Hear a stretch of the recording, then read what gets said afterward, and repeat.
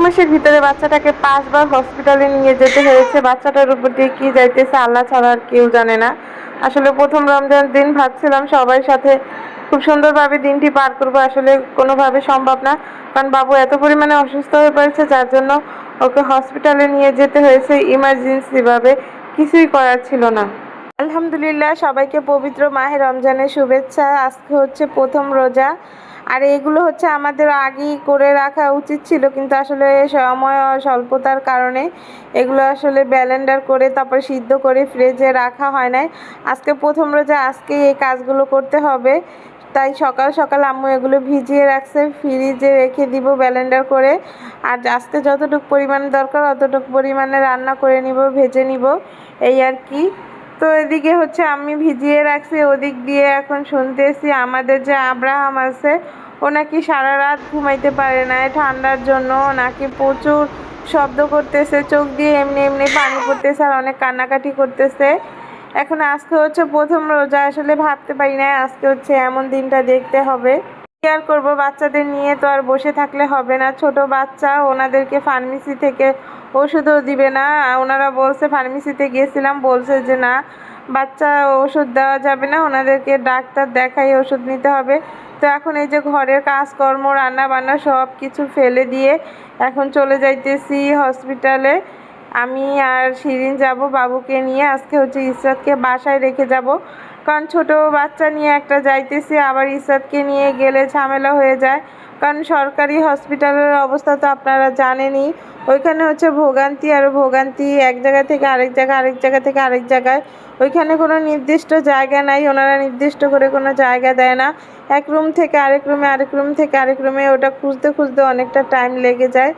আর বাচ্চাকে রাতেই দেখাইতাম প্রাইভেটে, কিন্তু রাত হয়ে যাবে, দেরি হয়ে যাবে। সকাল সকাল ওষুধটা আনলে ভালো হবে, বাচ্চাটার 2 ডোজ ওষুধটা কমপ্লিট হয়ে যাবে, বাচ্চারা একটু সুস্থ বোধ করবে, এই কারণে একটু তাড়াতাড়ি যাইতেছি, না হলে রাতে হচ্ছে প্রাইভেটেই দেখাইতাম। এখন আবার প্রাইভেটেও সিরিয়াল দিয়ে অনেক টাইম ধরে থাকতে হয়, সেই রাত 8টা-10টা বেজে যায়। আর আমরা যেহেতু নতুন এলাকায় আসছি, এখানে কোনো হসপিটালও আমরা চিনি না, ছোটোখাটো যে প্রাইভেট হসপিটাল আছে, এই কারণে হচ্ছে আমরা এখন সরকারি হসপিটালে যাইতেছি। তো আমি আর শিরিন রওনা দিয়ে দিছি। তো এইখানে হচ্ছে একটা ঝামেলা হয়, আসলে বাসা থেকে বের হলে না রিক্সা পাওয়া যায় না, এখান থেকে অনেক দূর হেঁটে যেয়ে তারপরে রিক্সা নিতে হয়।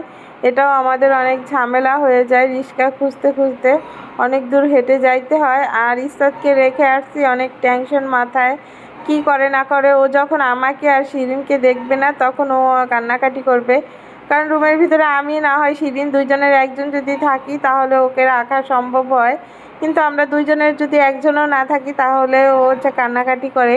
ও বুঝতে পারে যে আমরা বাহিরে গেছি, আর ফ্ল্যাটে বাসাতে বাচ্চারা থাকলে তো বুঝেনি, ওরা কাউকে যদি বাহিরে যেতে দেখে তাদের সাথে যাওয়ার জন্য পাগল হয়ে যায়। যাই হোক, আল্লাহ জানে কি করে মেয়েটা।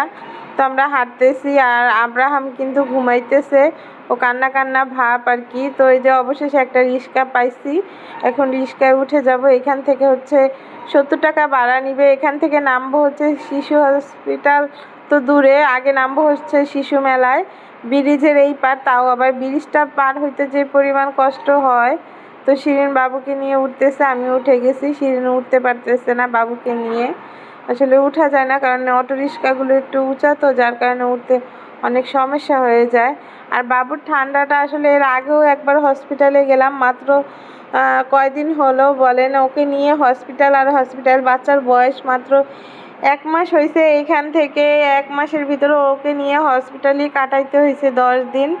মানে কি বলবো, ভাবতেও পারি না যে বাচ্চাটা পরিপূর্ণ মাস নিয়ে আসলো দুনিয়ায়, কিন্তু এরকম 2 দিন পর পর অসুস্থ হয়ে যাবে। দেখেন, একটা মেয়ে সাইকেল চালাইতেছে, মেয়েদের সাইকেল চালাইতে দেখলে আসলে খুব ভালোই লাগে, নিজস্ব একটা স্বাধীনতা বোধ।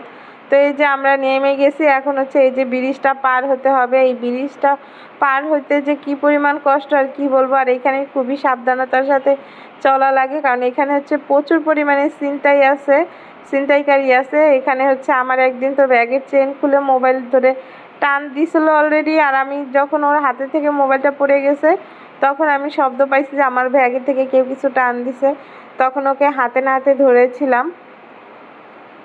এখন থেকে আর কি আমি সাবধানতায় কাজ করি যখন হচ্ছে এই ব্রিজটা আসি। তো এই যে দেখেন ব্যস্ততম ঢাকা শহর আমাদের, এইখানে হচ্ছে মেন রাস্তা একদম শ্যামলীর, আর সাইডে হচ্ছে শিশু মেলা, ওই সাইডে হসপিটাল, সব সিরিয়ালে সরকারি হসপিটাল। তো ব্রিজটা দিয়ে হাঁটতেছি, ব্রিজের দুই সাইডে হচ্ছে মানুষ অনেক কিছু বিক্রি করে। তো এই যে এটা হচ্ছে শিশু মেলা, শিশু মেলা থেকে দেখেন কত দূর হেঁটে যাইতে হয়। এত দূর কি বলেন, ইসরাতকে নিয়ে আসা কি সম্ভব? ইসরাত মেয়েটাও অসুস্থ হয়ে যাবে, এত দূরে হেঁটে আসা লাগবে আবার যাওয়া লাগবে। দেখেন সামনে তো ঈদ চলে আসছে, তার কারণে এখানে কিন্তু সুন্দর সুন্দর কাপড় চোপড় উঠেছে, পোশাক আশাক বসেছে, ওই সাইডে জুতার দোকান বসেছে। খুব ভালো লাগে আসলে এখানে আসলে, কেনাকাটা করতে মন চায় আসলে। আসি তো রুগী নিয়ে, কেনাকাটার ওই মন মানসিকতা থাকে না। তো এই যে চলে এসেছি শিশু হসপিটালে, এখন যাব, যে টিকিট কাটবো, তারপরে হচ্ছে ডক্টর দেখাবো। আল্লাহ জানে কতটুক সিরিয়াল, এর আগের বার যখন এসেছিলাম প্রচুর সিরিয়াল ছিল, কিন্তু না, আলহামদুলিল্লাহ ভালোই হয়েছে। একটাও সিরিয়াল নাই, একদম খালি টিকিট কাউন্টার। এখন টিকিট কেটেছি, এই যে টিকিট। তো টিকিট কাটতে একটু সময় লাগে না, গেছি জাস্ট টাকাটা দিয়েছি, 120 টাকা নিয়েছে, যেহেতু আমরা ইমার্জেন্সিতে দেখাবো। 1 মাসের কম বয়সী বাচ্চাদের ইমার্জেন্সিতে দেখাইতে হয়, ওখানে হচ্ছে 120 টাকা নেয়। আর এমনি হচ্ছে 1 মাসের উপরে যারা, তাদেরকে থেকে হচ্ছে 60 টাকা নেয়।